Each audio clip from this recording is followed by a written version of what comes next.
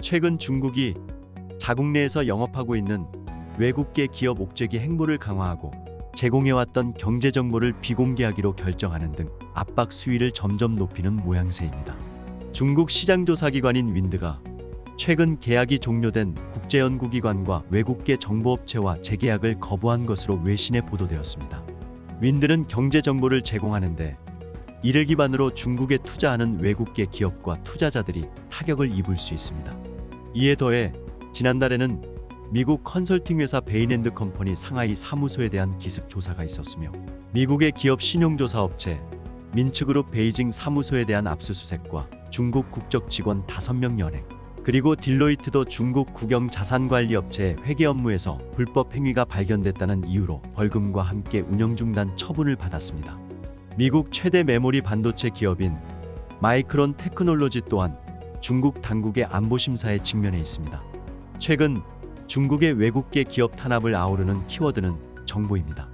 외국의 안보 위협에 대응한다는 이유로 스파이 활동이 의심되는 수화물이나 전자장치 검사를 허용하는 반스파이법을 확대 적용하고 있습니다. 정보를 다루거나 수집하는 컨설팅 기업이나 기업 신용조사 업체가 중국의 조사나 행정처분을 받는 일이 잦아지고 있는 이유입니다. 마이크론 테크놀로지에 대한 심사 돌입의 명분도 제품에 잠재된 문제가 인터넷 안보 위험을 일으키는 것을 예방하기 위한 것이라고 중국은 밝혔습니다.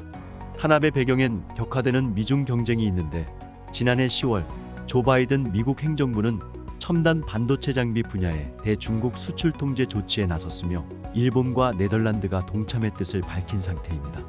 대중국 포위망이 좁혀오는 상황에서 내부 통제와 결속을 강화할 필요성이 대두되어 국제적인 견해를 주도하는 회계 컨설팅 법률 분야 외국 회사의 정보 수집을 제한하려는 움직임을 보이고 있는 것입니다.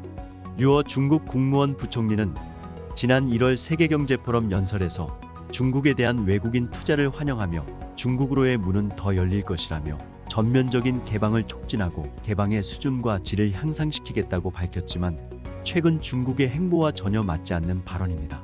중국에 투자하는 외국 기업인들 입장에서는 투자 확대는커녕 대래 비중을 축소하는 것을 고민할 가능성이 높아진 상황입니다.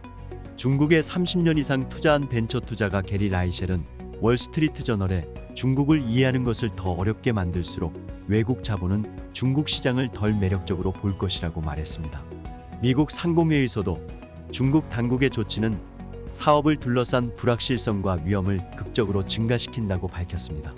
지난 3월 베이징에서 열린 중국 발전 고위급 포럼에 애플과 삼성전자, 퀄컴, 화이자 등 글로벌 기업 최고 경영자 100여 명이 몰려들 정도로 외국 기업들은 중국 시장에 대한 관심을 유지하고 있지만 최근 조사에서는 중국 대신 다른 국가에 대한 투자를 우선시하는 기업이 증가하고 있습니다. 중국의 정보 공개가 줄어들고 외국 기업 압박이 늘어난다면 외국 기업들은 중국 투자를 더욱 망설일 것이라고 예상됩니다.